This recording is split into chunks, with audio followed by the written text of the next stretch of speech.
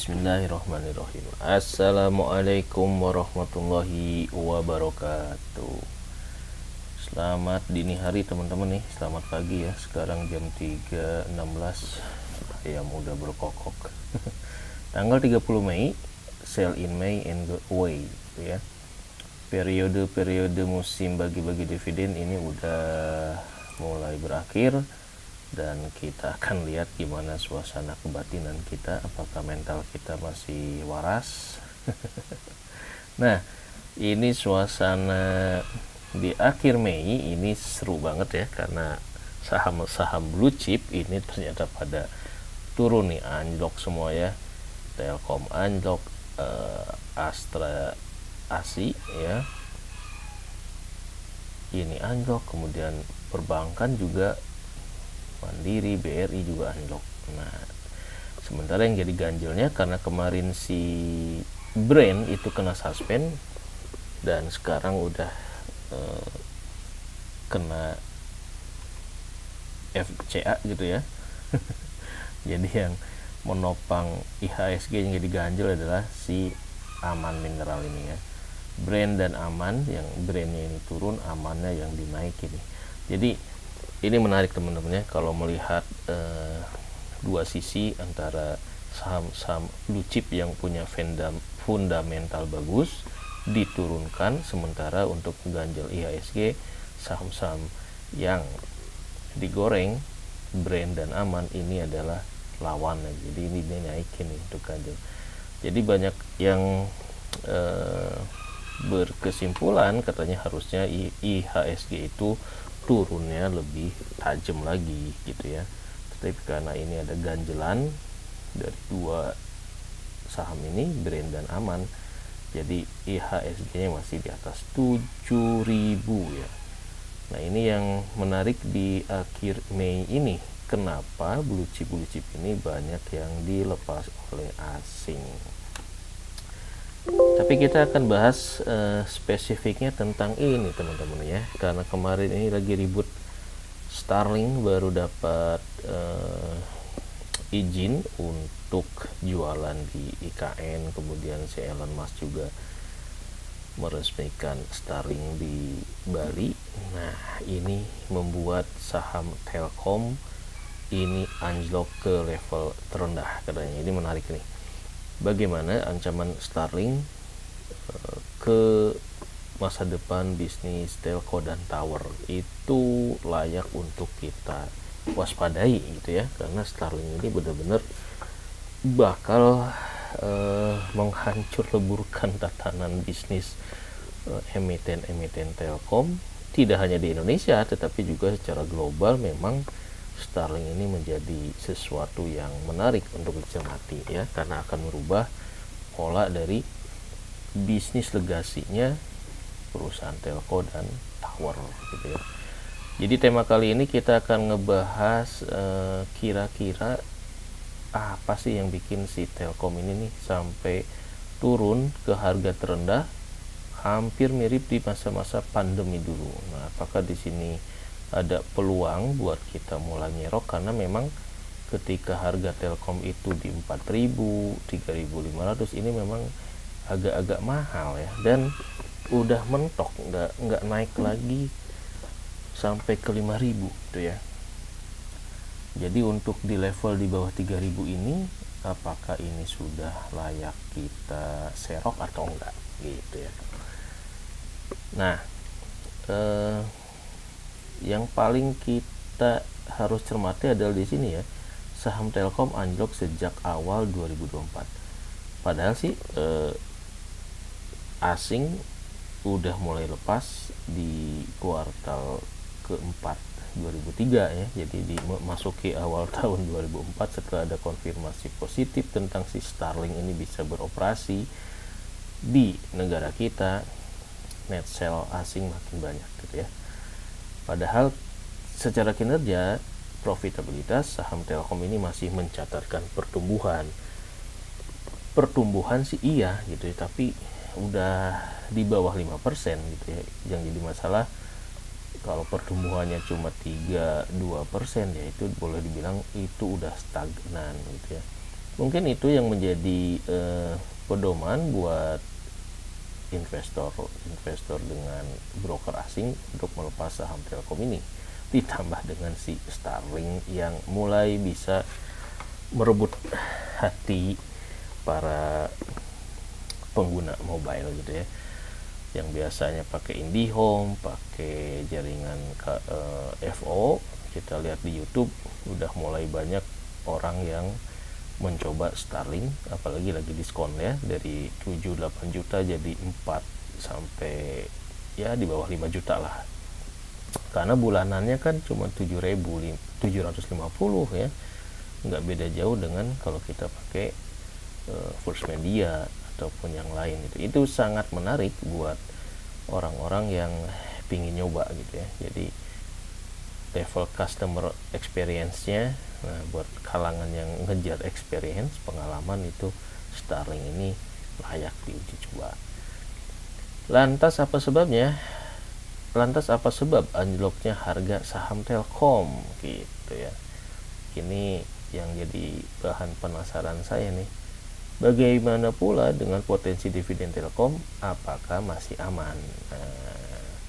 Karena kehadiran Starlink ini jelas akan merubah tatanan bisnis ataupun organisasi dari perusahaan-perusahaan Telkom gitu ya. Oke, kita lebih bahas tentang beberapa isu yang terkait dengan Telkom dan antisipasi Telkom dalam menghadapi ya inilah si Starlink ini ya gitu. Karena di media udah mulai digembar-gembor gitu ya, berbagai analisa Starlink disebut ancaman bagi Telkom. Ya jangan kaget kalau ada yang tutup, baik itu bisnis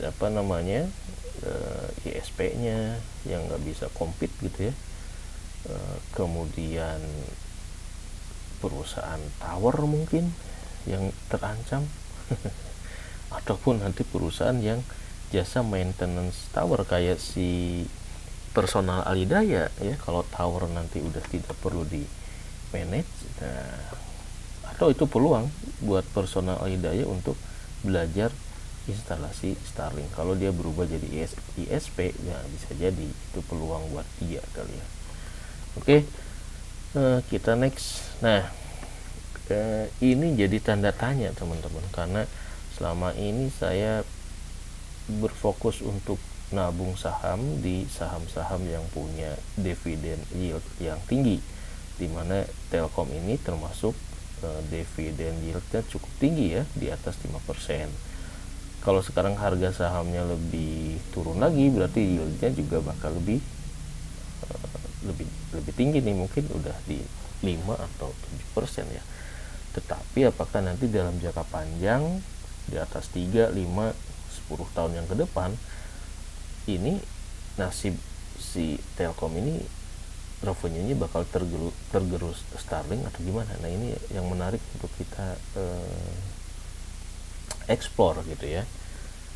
Kalau dari capital gain, dari fluktuasi harga, ini kemungkinan dengan melihat tadi ke sini harga Telkom yang trennya ini menurun, berarti ini agak susah mengharapkan saham Telkom itu bakal naik lagi di atas 3.500 atau 4.000 kayaknya sih gitu ya, kalau isu ancaman Starlink itu nyata gitu ya.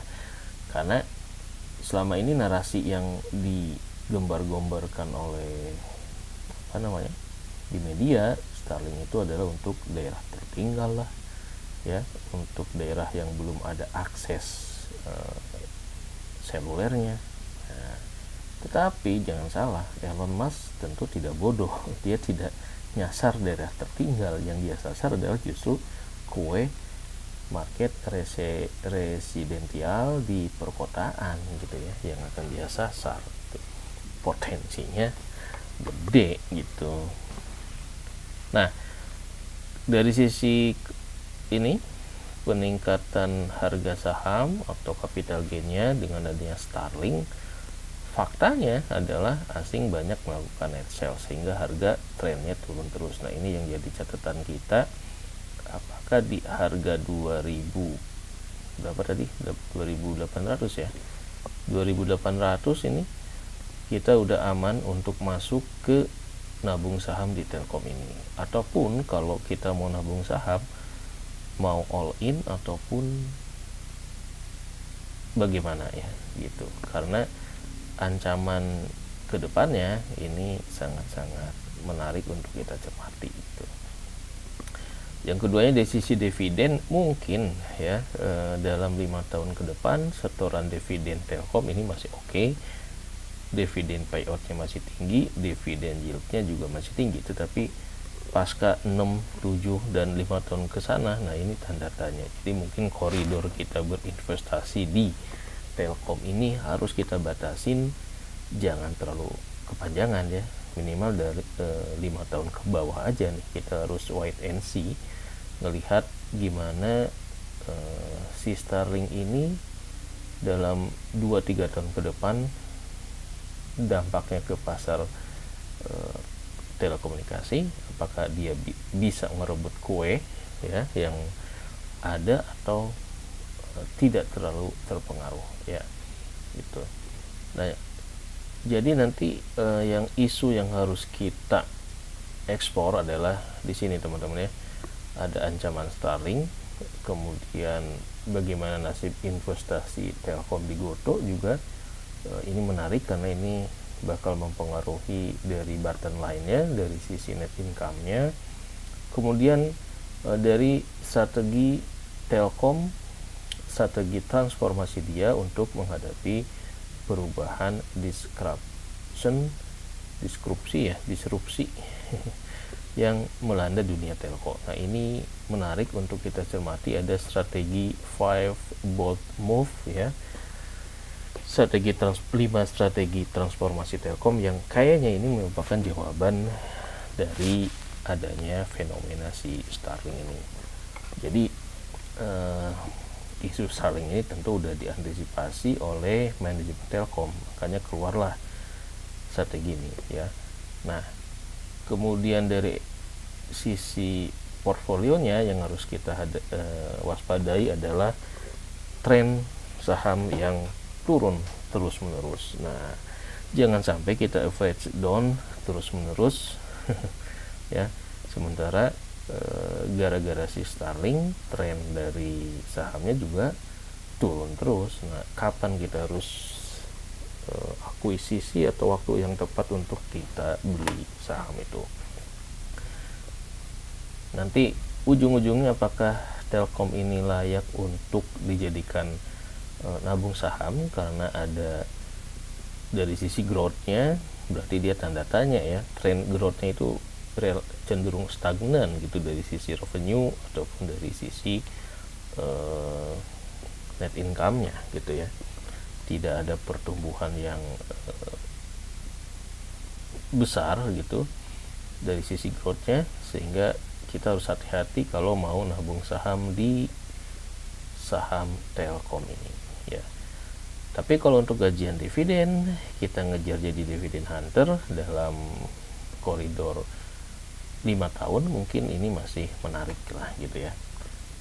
Oke, jadi ada 3 yang harus kita ekspor: strategi Telkom untuk bertransformasi, kemudian kita wait and see juga tentang Starlink ini mau kemana nih ya arahnya untuk 2-3 tahun ke depan, dan juga kita lihat bagaimana nanti GoTo dalam mempengaruhi kinerja si Telkom. Nah, banyak sekali fear ya, sebetulnya bukan fear sih, tapi ini ada realita bahwa Telkom dihadapkan oleh ancaman yang semakin nyata karena Starlink udah dapat izin untuk beroperasi di Indonesia. Nah, kita lihat ini ya teman-teman ya, dalam 52 minggu ya, posisi harga tertinggi di 4.240 dan terendah 2.700. Nah, kemarin di 2.800, berarti sekarang adalah posisi terendahnya si Telkom ini ya, hampir sama dengan posisi saat pandemi. Nah, ini apakah jadi peluang untuk kita mulai selektif ya, selektif ya, secara hati-hati mulai ngumpulin dengan harapan nanti ini bisa naik lagi, atau justru ini bakal makin turun gitu ya, karena ancaman ini nih, saham Telkom babak belur sepanjang 2024. Bagaimana prospeknya? Nah, ini yang harus kita waspadai di 2024 ini, apakah di semester di Q2 ya, nanti di Q2 sampai Juni kira-kira kinerja Telkom bakal seperti apa. Yang jadi masalah adalah dari sektor telekomunikasi ini ya, secara global ataupun regional, growth-nya udah stagnan ya, kemudian ada ancaman Starlink, kemudian juga investasi GoTo yang masih rugi, walaupun dari sisi kerugiannya udah makin berkurang, tapi ini masih berdampak kepada laba ruginya Telkom secara bottom line gitu ya. Nah, ini yang perlu kita cermati nih, apakah dengan anjloknya saham Telkom ke level terendah ini merupakan peluang atau gimana ya. Ini saya juga agak hati-hati melihat tren Telkom ini, karena agak hype juga gitu ya, di medsos orang mulai tertarik dengan si Starlink ini, terutama untuk di daerah-daerah yang memang belum terjangkau ataupun sinyalnya katakanlah di daerah wisata yang di pegunungan gitu ya, mau camping sinyalnya lelet. Nah, kalau itu Starlink udah masuk, berarti kan wassalam, pangsa pasar di situ udah dijajah sama Starlink gitu. BTS yang dibangun di tempat wisata itu bakal nggak efektif gitu, kalah saing dengan si Starlink yang speednya gede, kemudian juga cukup bayar 7.750 per bulan. Katakanlah yang misalkan camping ke Pepandayan, camping ke mana tuh, Gunung Gede, kalau di sana udah ada yang mau pasang Starlink pakai panel surya, wassalam deh. Orang bakal lebih milih akses pakai Starlink di puncak gunung ataupun daerah-daerah yang selama ini jadi target wisata gitu ya. Karena jangan jauh-jauh, saya ke daerah Puncak 2 aja sinyal itu ngilang gitu ya. Daerah Curug apa tuh, Cipaminggis atau apa, padahal itu ada di area area yang nggak jauh dari ibu kota gitu. Oke, itu kira-kira tantangan yang dihadapi oleh Telkom dan emiten telekomunikasi lainnya, bagaimana dihadapkan dengan growth yang stagnan, ancaman Starlink, dan investasi GoTo khusus untuk si Telkom. Nah, ini kondisi di akhir Mei ya, blue chip pada turun, tapi masih tertahan indeks harga saham gabungannya oleh brand dan aman gitu. Kalau IHSG-nya makin anjlok, nggak ngerti deh nih, apakah blue chip ini bakal ikut anjlok lagi atau ini udah mentok gitu. Karena tidak ada momentum lagi untuk blue chip ini bisa tertahan ya. Dividen udah pada declare, udah pada bayar, dan ya tinggal nunggu nanti Q2 aja, mungkin kinerjanya pernah naik atau enggak, baru mungkin harganya recovery. Nah, kalau kita lihat dari kinerja Q1 2024, kita lihat juga laba bersih Telkom turun gitu ya. Jadi dari sisi growth-nya ini emang agak udah mentok gitu ya. Nih, kita lihat dari financial performance-nya, dari laporan public exposure-nya si Telkom, laba bersih Telkom turun 5,7 di kuartal 1 2024 dibandingkan dengan kuartal 1 2003. Nah,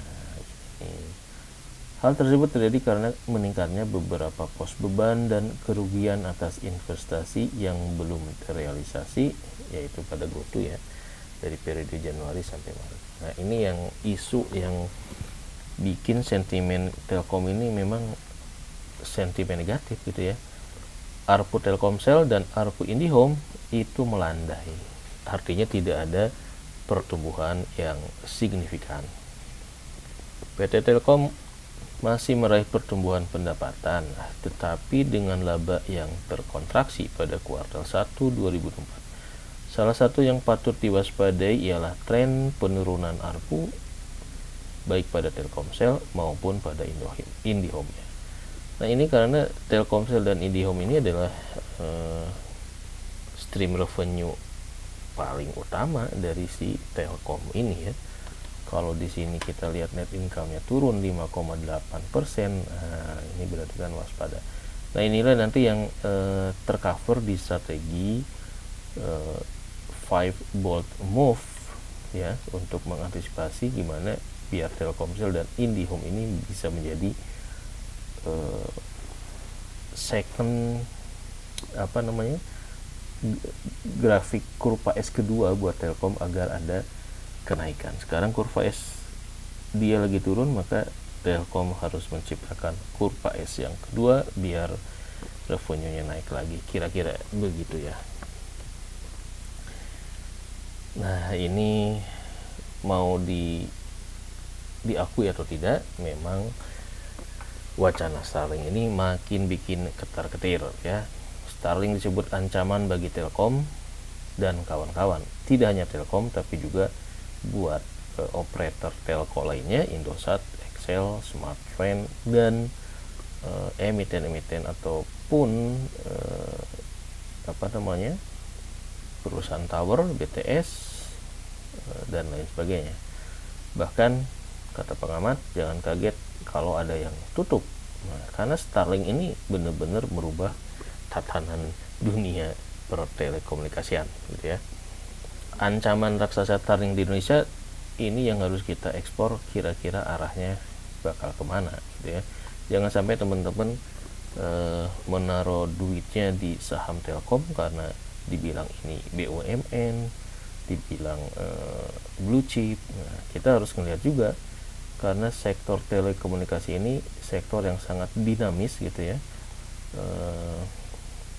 perubahannya sangat cepat gitu, eksponensial. Cuma karena kita di negara kita masih dilindungi oleh regulasi, terutama untuk Telkom ya. Telkom ini kan berburu di kebun binatang gitu, karena BUMN dia banyak orderan dari proyek pemerintah, beda sama XL, Indosat mungkin yang harus compete di luar, nggak ngejar dana APBN gitu ya. Tapi kalau Telkom masih sebagai agen pemerintah, sebagai agen pembangunan, ya pasti dia ada kebagian cipratan dari proyek-proyek pemerintah ya, karena dia harus punya tugas yang spesifik juga gitu ya. Nah, ancaman Starlink terhadap bisnis legasinya emiten telco dan tower. Nah, ini jadi Starlink ini tidak hanya mengancam pendapatan, tapi dia merubah bisnis legasi. Legasi itu maksudnya adalah tatanan bisnis yang selama ini ada gitu ya. Ini bakal dirombak. Ya mirip kayak Gojek merombak tatanan transportasi. Yang tadinya ada ojek pangkalan, angkot, dirubah sama dia menjadi transportasi berbasis online, dan akhirnya angkot hilang, ojek pangkalan hilang, dan sekarang customernya kena tarif yang lebih mahal, mitra-mitranya juga kena KPI-nya gitu ya, performa si mitra ojek online juga makin dituntut buat jadi ya kerja rodi lah gitu, karena yang dilawan dia kan algoritma. Kalau dikasih bintang bintang 1 dikit oleh customer langsung kena suspend. Nah, itu yang dikhawatirkan oleh banyak pihak, bahwa Starlink ini dengan predatory pricingnya ini bakal merusak nih ya, kinerja dari emiten telco dan tower. Ya, kalau dia kasih diskon misalkan sekarang masih 7.500, kalau nanti dia promo terus, wah wassalam ya. Saya di rumah pakai oksigen itu sekitar 330 lah ya, 350. Kalau Starlink misalkan diskon sampai 400, ya mendingan pakai Starlink lah. Walaupun dibilang latensinya relet, nggak masalah gitu ya. Yang penting kita bisa ngerasain pengalaman untuk pakai Starlink gitu. Itulah ya, buat segmen-segmen tertentu Starlink ini jadi menarik, karena ini bisa kita jadikan RT RW net ya. Jadi kita sharing aja ke tetangga ya, sharing ke tetangga pakai router beberapa rumah, 400.000 keroyokan 4 rumah jadi 100.000 gitu. Lumayan ngirit tuh. Nah, ini yang jadi dibilang bahwa Starlink ini ancaman bagi Telkom ya, kalau dia dijadikan RT RW net. Ilegal atau enggak itu kan urusan regulasi, asal Anda tahu caranya, tentu itu tidak jadi ilegal ya. Selama kita sharingnya itu tidak ada bukti di reseller kan gitu ya, kita pakai rame-rame satu pintu ya. Misalkan di tetangga kita ada 4 rumah, saya yang yang langganan, kemudian nanti iurannya bayar cash, tidak ada kwitansi, tidak ada promosi, nah, itu aman kan kayak gitu. Nah, ini yang jadi ancaman Starlink ini kepada bisnis Telkom dan kawan-kawan ya, karena disinyalir bisa menyuburkan RT RW net ilegal gitu ya. Ilegal dalam arti kalau yang ilegal secara undang-undang kan itu kalau dia bukan ISP tapi ngejual ya.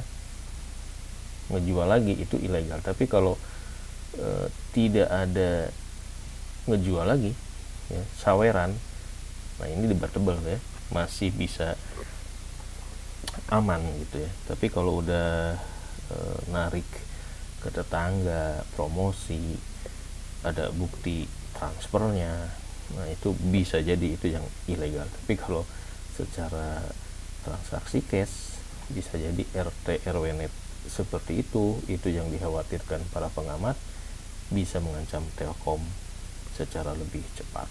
Nah, Starlink mengancam telco dan tower. Nah, kita bakal lihat nih, dia ngancamnya di sebelah mana sebenarnya ya. Menara ponsel di angkasa. Nah, yang jadi masalah Starlink ini kan dia direct dari satelit langsung bisa ke handphone ya. Sekarang mungkin belum ada mobile phone yang bisa connect, harus pakai jaringan dulu nih, pakai connect ke Telkomsat dulu. Tapi kalau suatu saat kita telepon satelitnya murah, ya bisa jadi kita udah nggak perlu connect ke gateway-nya operator lokal gitu ya. Mungkin begitu maksudnya ya. Saat ini yang jadi entry barrier-nya Starlink karena HP-nya harus pakai HP yang connect ke operator lokal biar masuk ke jaringan gateway-nya ya gitu ya. Buat berkomunikasi dengan operator lain, maka Starlink menggandeng Telkomsat nih di ground network-nya. Jadi kalau untuk komunikasi satelit, kita mengenal adanya space segment, ini satelit yang si Starlink-nya, kemudian untuk bisa ditangkap di area lokal, ini harus ada ground segment ya, atau stasiun bumi. Nah, ground segment ini Starlink harus bekerja sama dengan operator satelit di negara kita, dan kayaknya Telkomsat yang dipaksa buat menerima kerjasama itu, karena Indosat dan PSN kayaknya belum kerjasama gitu ya, ogah gitu. Itu sama aja miara anak macan gitu ya. Satelit Starlink dengan kemampuan direct to cell memiliki onboard modem e-node B canggih yang bertindak seperti menara ponsel di ruang angkasa, memungkinkan integrasi jaringan yang mirip dengan mitra jelajah standar. Nah, ini secara teknologi sih karena dia ada di orbit rendah ya, di bawah 500 atau 600 kilo, jadi dia bisa cepat gitu ya dibandingkan dengan satelit yang konvensional. Kalau satelit konvensional itu kan di 35.000 jaraknya, makin jauh makin lelet lah gitu ya. Nah, ini teknologi yang merubah tatanan telekomunikasi yang digadang-gadang ini bakal makin banyak satelit Starlink mengitari bumi kita. Nah, inilah yang bakal merubah karena kalau udah satelit Starlinknya banyak, kita udah nggak perlu BTS lagi gitu ya. Terutama nanti kalau yang disasar Starlink ini pelanggan-pelanggan di perkotaan gitu, ini wassalam juga gitu ya. Starlink dapat izin beroperasi di RI setelah menggandeng Telkomsat. Apakah bisnis Telkom masih aman? Ya kagak lah. Gimana bisa aman? Nah, ini ya, seluruh Indonesia Telkomsel peroleh hak labu Starlink dari Kominfo. Jadi demi menggait ekosistem mobil listrik, bisnis telekomunikasi yang jadi korban gitu ya, dimana diharapkan si Elon Musk ini berinvestasi di energi mobil listrik gitu ya dengan ekosistemnya, tetapi nampak-nampaknya dia malah jualan Starlink gitu ya. Ini yang menarik nih teman-teman ya. Nah, ini ada komen menarik nih di stream Stockbit ya, dan saya sangat setuju bahwa dalam 5 tahun ke depan Telkom, Indosat, Excel dan kawan-kawan akan kalah saing dengan Starlink kalau tidak ada regulasi yang melindungi persaingan. Ya benar.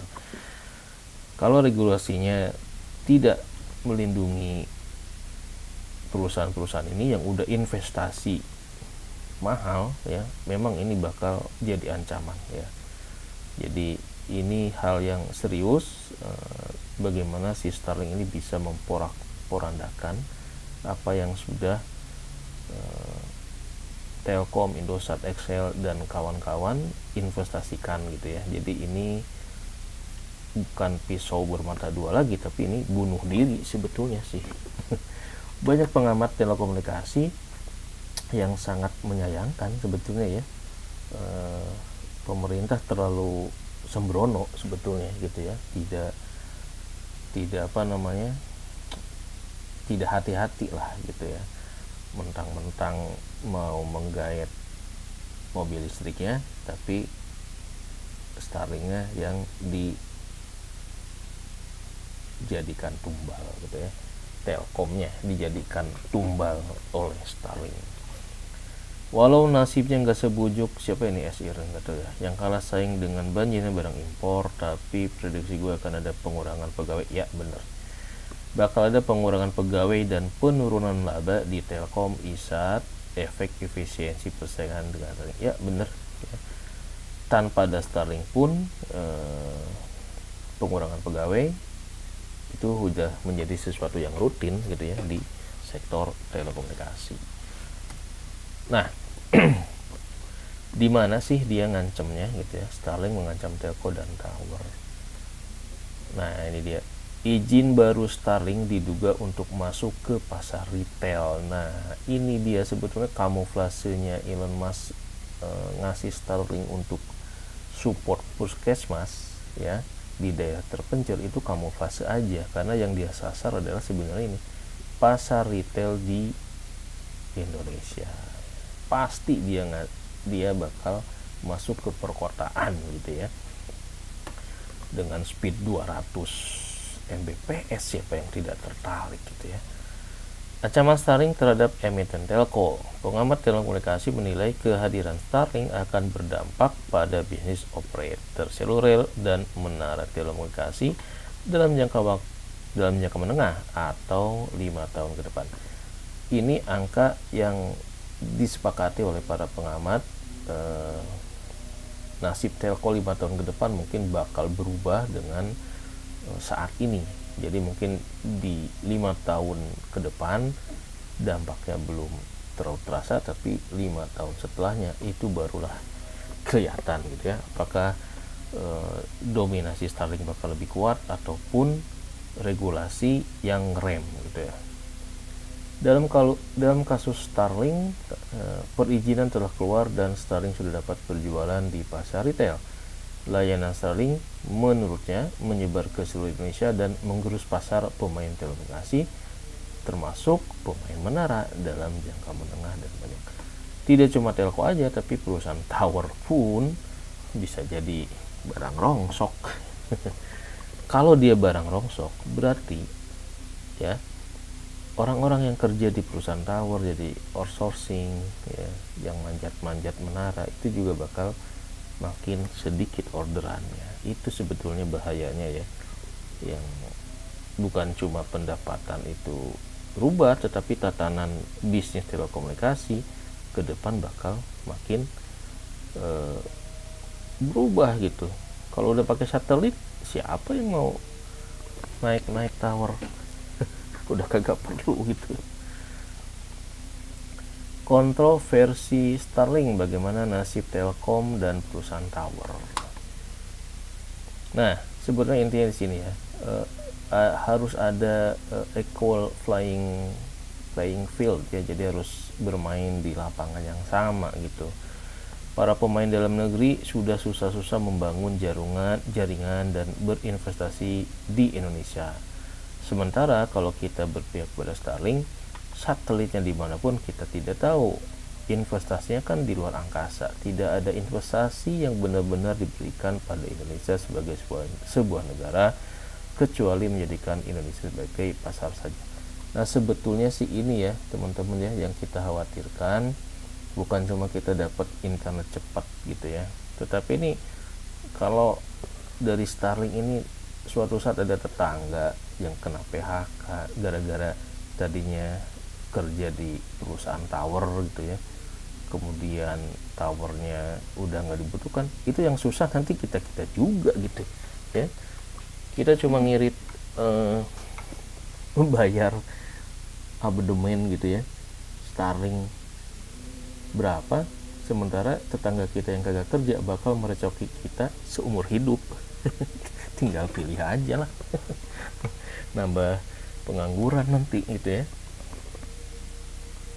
Oke.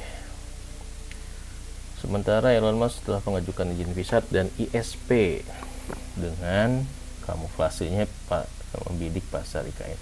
Nah, ISP juga nih si Starlink Indonesia ini udah dapat izin sebagai ISP juga, berarti ISP lokal ini juga bakal kena gitu ya. Ya ngapain juga gitu, Starlink Indonesia ngegandeng ISP lokal. Pasti dia bakal jualan sendiri lah gitu ya. Emang ini dia nih, teknologi memang tidak bisa dibendung, tetapi ya jangan terlalu ngebuka diri juga sehingga kita bunuh diri lah, intinya sih seperti itu ya. Harus ada hal-hal yang memang dilindungi dulu, karena ini ya ada hal-hal di luar dampak sosialnya gimana, kemudian juga terutama dari ini nih yang sudah menginvestasikan duit banyak, itu juga harus dilindungi. Nah, ini yang paling menarik teman-teman ya. Jadi untuk mencermati kenapa Telkom turun, ini banyak dibahas tentang JP Morgan dan BlackRock yang banyak melepas saham Telkom gitu ya. Jadi asing banyak yang melepas, ya mungkin sekalian juga biar retailnya panik kali ya. Kemudian kita lihat dari transaksi perdagangan ini yang sisi asing lebih banyak yang jual ya. Nah, tapi di sisi lain juga kita ngelihat bagaimana antisipasi Telkom untuk menghadapi gempuran saring ini. Nah, ini yang harus kita eksplor juga. Telkom punya strategi transformasi yang disebut sebagai 5 bold move ya. Jadi gimana strategi mereka untuk tetap menciptakan pertumbuhan dan menciptakan value creation. Ini yang harus teman-teman eksplor kalau mau ngehold saham Telkom dalam jangka waktu yang panjang. Harus bisa mencermati nih ya langkah-langkah strategis dari si Telkom Group ini di bidang digital connectivity-nya gimana, digital platform gimana, dan digital service gimana, biar nanti kita tahu nih bener nggak nih si Starlink ini bisa ngancam di sektor mana aja, tapi mungkin Telkom bisa menumbuhkan stream revenue baru di sektor 3 sektor andalan dia gitu ya, dengan 5 strategi transformasi ini. Nah, ini saya sendiri belum eksplor banyak di paparan manajemennya, baik di annual report ataupun laporan tahunan, tapi baru sekilas ngebaca bahwa nampaknya Telkom udah antisipasi dengan mau unlocking dari unit-unit bisnisnya. Jadi kemarin udah launch pelepasan IndiHome ke Telkomsel ya. Mungkin ini juga suatu saat bakal IPO kali ya, sebagaimana si Mitratel gitu ya. Nah, ini ada FNC, ada Infraco, Fiber, ini juga bakal dijadikan unit usaha tersendiri ya. Kemudian data center juga bakal dijadikan unit usaha sendiri, digital service-nya juga ya. Jadi masing-masing 5 gerbong ini yang bakal jadi andalan Telkom untuk meraih ataupun bertahan dari gempuran si Starlink kali ya. Seru sih. Nah, buat teman-teman yang tertarik untuk menerawang bisnis telco ke depan, ini ada 2 bahasan yang menarik ya, tentang megatrend disruption ya di bisnis telco. Ini ada bahasan yang menarik dari Pak Arif Mustain, bagaimana dampak Starlink ke depan yang bisa ngerubah masa depan bisnis telco. Ini bisa jadi fondasi buat kita apakah mau bertahan jor-joran di Telkom atau secara selektif dengan kewaspadaan yang penuh kalau kita pegang saham Telkom ataupun emiten telco lainnya gitu ya.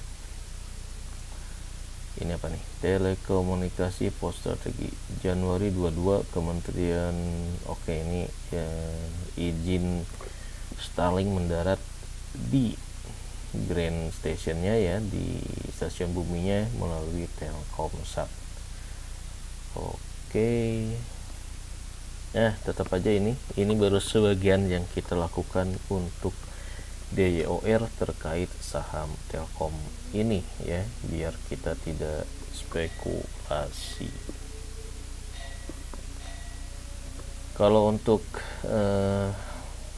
pengenalan tentang Telkom Group mungkin sudah banyak bahasan ya.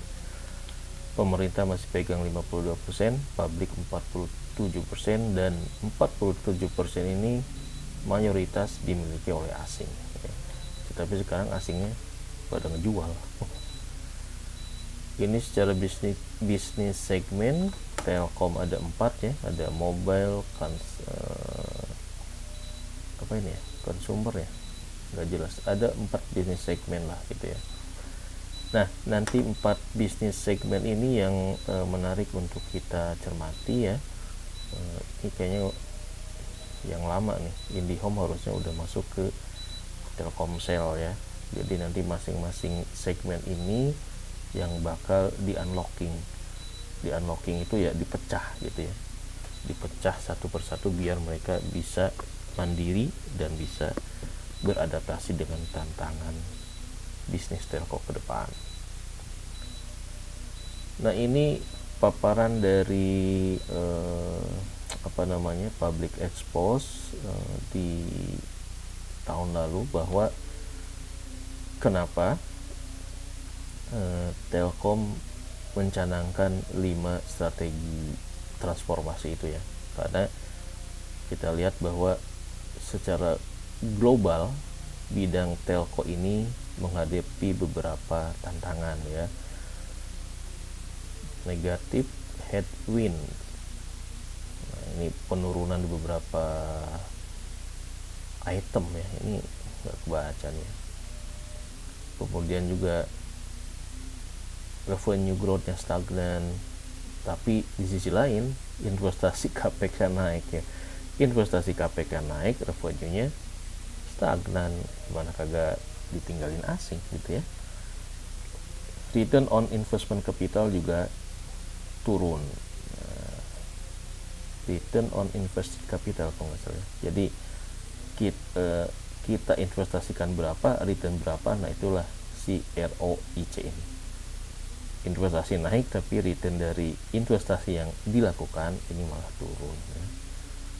EBITDA juga turun, kemudian juga ini share of market by company. Nah, artinya ini beberapa item yang memang membuat sektor telekomunikasi ini ya, jadi kurang menarik karena pertumbuhannya justru menurun. Ini ya yang dihadapi oleh Telkom terutama dan dunia telco pada khususnya gitu ya.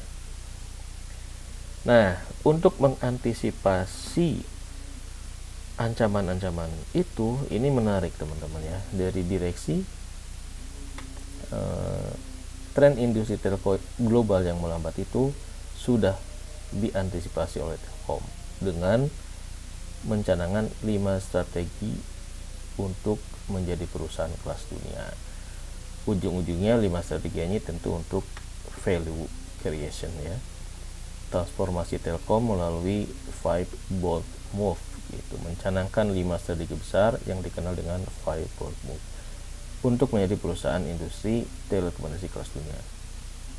Nah, kelima strategi besar ini dilakukan dengan melakukan investasi pada infrastruktur telekomunikasi dan platform digital secara berimbang untuk meningkatkan valuasi dan laba perusahaan. Nah, ini adalah 5 langkah yang mungkin dalam 5 tahun ke depan akan si Telkom lakukan ya untuk mengantisipasi ini pertumbuhan telco yang melambat gitu ya. Nah, pada prinsipnya strategi tersebut merupakan upaya perusahaan untuk menciptakan sumber-sumber pertumbuhan baru ya.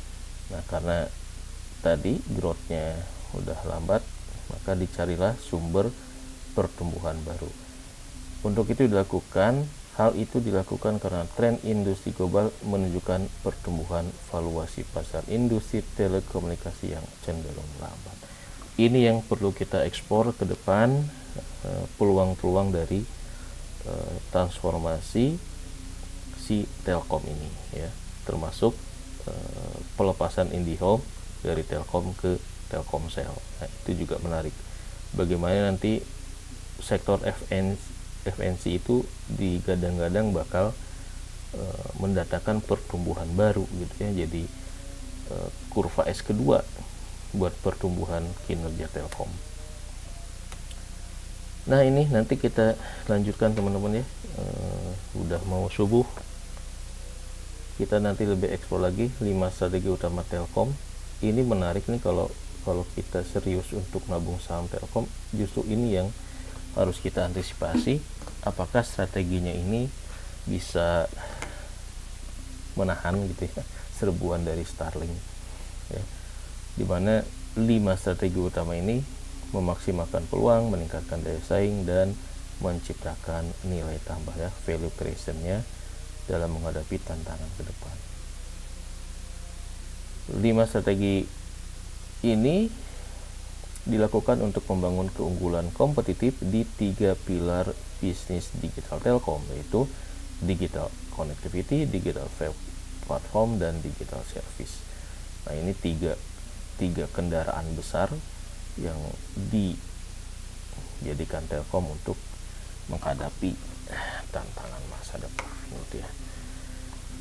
Oke lah, ini seru sih ya kalau kita melihat bagaimana si Telkom ini mencanangkan transformasinya dan membuat transformasi strategi dengan menciptakan 5 jurus di 3 bidang buat andalan dia ya. Yang sudah jalan ada di sini ya, membentuk fokus ke FNC, fixed and mobile convergence dari Telkomsel dan IT-Home ya. Itu yang mulai di speed 2 katanya.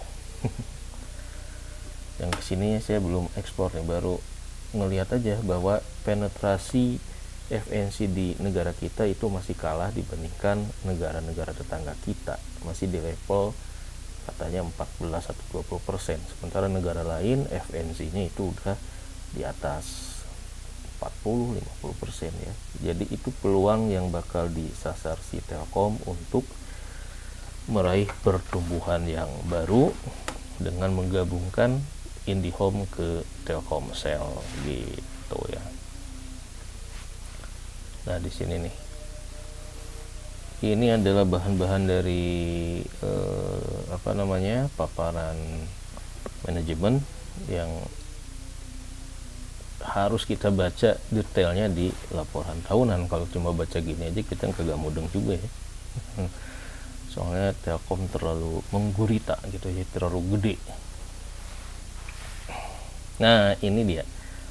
Jadi value creation framework dari Telkom itu ternyata sudah dicanangkan dari jauh-jauh hari ya. Dari sejak adanya pandemi, mereka sudah mencanangkan bahwa perubahan di masa datang itu seperti apa. 2020-2021 itu masanya forming fundamental ya, macamnya menanam kali ya. Kemudian 2002 dia mulai investasi buat masa depan. Di 2003-nya mulai memanen nih, harusnya di 2004 ya di sini. Nah, ini tahapan-tahapan yang manajemen Telkom canangkan ya. Kita bisa nanti cross check mana yang sudah tercapai, mana yang masih planning gitu ya. Apakah on the track atau enggak gitu. Ini juga perlu kita eksplor. Nah, salah satu yang digadang-gadang bakal meningkat juga bisnis data center nih ya. Di mana data center ini diharapkan punya growth di atas 33% sampai tahun 2031. Ini juga menarik nih teman-teman. Kalau ini ya, ini cuma kondisi existing dari sisi consumersnya ya, pelanggan IndiHome, pelanggan Telkomsel sekian, dari sisi enterprise sekian. Ini yang menjadi 3 bidang yang Telkom garap lah gitu ya. Dari sisi kinerja nanti kita bahas lagi teman-teman ya, karena kita bahas dari sisi Starlink dan strategi Telkom dulu, karena untuk sisi revenue mungkin harus agak diekspor lebih lanjut lagi ya, saya belum lihat detailnya. Yang jelas di Q1 2024 laba bersih Telkom ini turun ya. Kita lihat nih revenue-nya dari 37, growth-nya cuma 3,7% ya. Tetapi kalau dari sisi net income ini dari 17 ke 16 agak turun ya, 5,8%. Kira-kira begitu nih, banyak banget karena saking gedenya Telkom, jadi banyak yang harus kita ekspor nih. Termasuk dari data internet IT service seperti apa, dari IndiHome seperti apa gitu ya. Ini apa nih, 2000 Q1 37, revenue-nya 37 di Q1 ini detail ya, dari revenue total Telkomsel yang 37,4 ini berasal dari data internet IT service sekian, IndiHome sekian, interkoneksi sekian ya. Jadi paling gede dari sini ya, dari data, internet, dan IT service. Ini dari Telkomsel. Oke, ini adalah pelanggan Telkomsel. IndiHome cuma 10 juta ya. 10 juta pelanggan. Nah, IndiHome ini kan identik dengan rumah gitu. Berarti cuma baru ada 10 juta rumah tangga yang langganan. Sementara dari populasi rumah tangga di Indonesia masih banyak. Nah, itu yang disasar dari strategi penggabungan IndiHome dengan Telkomsel. Pelanggan mobile data user 130 juta.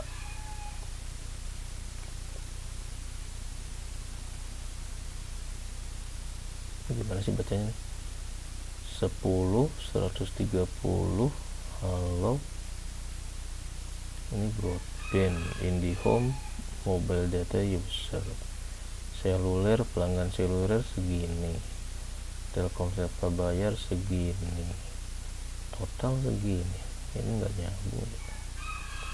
Ini nggak tahu nih, yang di atas sama ini beda ya, ataukah mobile data user ini include di sini? Nah, ini dia nih, ternyata di sini.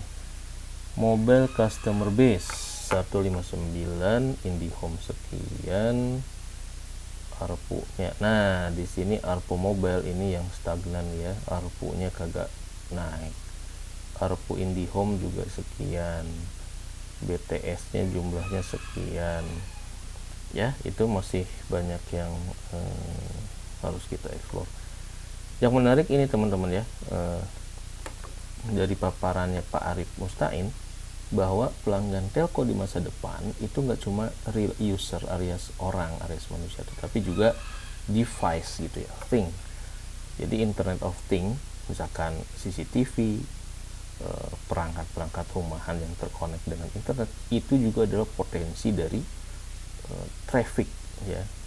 Jadi real user dalam bentuk manusia dengan 200 juta user mobile di Indonesia. Kemudian ini juga nih, jadi katakanlah di rumah ada CCTV, ada pintu garasi yang bisa otomatis, ada semua yang device yang terkonek dengan internet itu adalah calon dari pelanggan Telkom.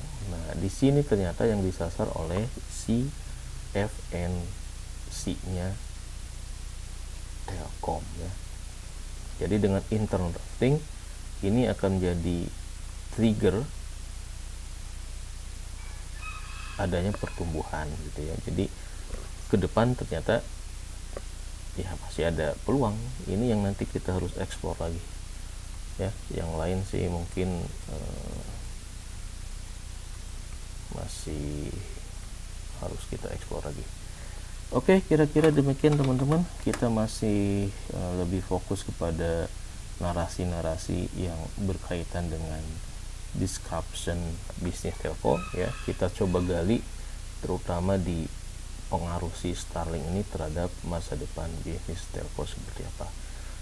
Buat awalannya mungkin seperti itu ya. Untuk dampak ke kinerja, ke keuangan ya mungkin banyak yang sudah bahas, tetapi kalau untuk ngebahas ini kira-kira nih arahnya Starlink dan nasib telco dan tower seperti apa, mungkin kita harus banyak-banyak mendengar, banyak-banyak menyimak paparan-paparan dari para praktisi di dunia telekomunikasi ini ya. Pak Arief Mustain ini mantan direkturnya Indosat dan sekarang jadi komisaris di Tower Sentra Taman ya. Dari paparan beliau, Starlink ini bisa ngerubah permainan gitu. Nah, itu yang harus dicermati ya. Menarik dua bahasan Pak Arief ini tentang masa depan bisnis telco dan juga tentu saja dampaknya kepada harga saham si emiten telco ini. Oke, demikian. Wassalamualaikum warahmatullahi wabarakatuh. Semoga bermanfaat.